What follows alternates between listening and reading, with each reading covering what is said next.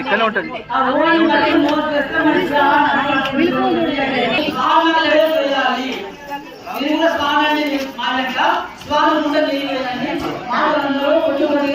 ఈ మధ్య 3 వేలలోనే వేయాలి.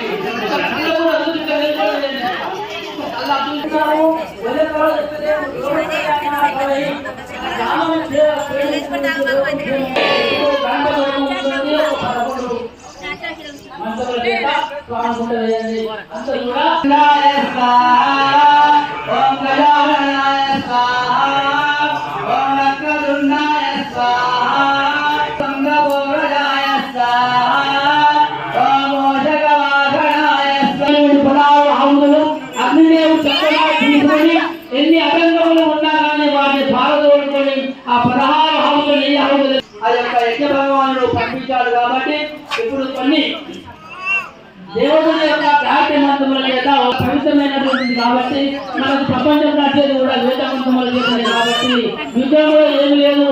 యుద్ధం పద్ధతి చేసినప్పుడు భగవంతుడు మనకు